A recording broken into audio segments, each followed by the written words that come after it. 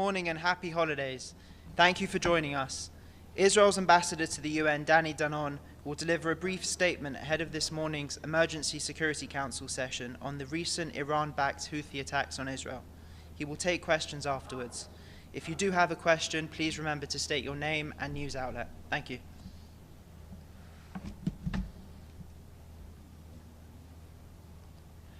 Good morning, happy holidays. First, in the coming days, Israel will submit a report to the Special Rapporteur, Dr. Alice Jill Edwards, Special Rapporteur on Torture.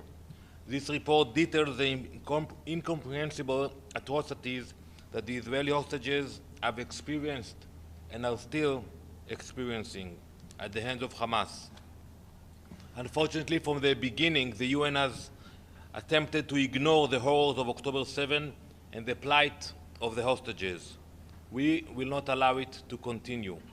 We will continue to remind the UN and all member states of the hostages, the torture, the psychological torment, sexual abuse, and the starvation they endure in Hamas captivity. Less than 2 weeks ago, I received news that left me shaken.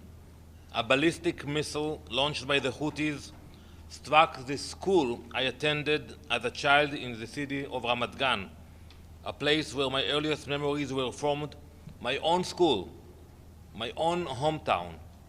You can look at this image over here. You can see the school in Ramat Gan, how it looks today after a ballistic missile targeted hit the school. And I want to ask you, what would you do if this were your school, if this was where your children learned? Since then, the Houthis have unleashed an unrelenting bombardment of ballistic missiles on Israeli cities, targeting our population centers. Millions of Israelis are waking up every night to the sounds of sirens almost every night. I will ask the Security Council, what would you do if this were your children, your neighborhood, your city? Let me make one thing absolutely clear. We have had enough. Israel will not stand by, waiting for the world to act. We will defend our citizens, no matter how far the threat. For those who remain silent when our schools and playgrounds are attacked, do not call for de-escalation when we respond. Do not equate those who launch missiles to murder with those who protect their people.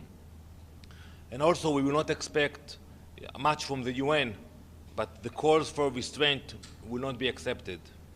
Israel will defend its people.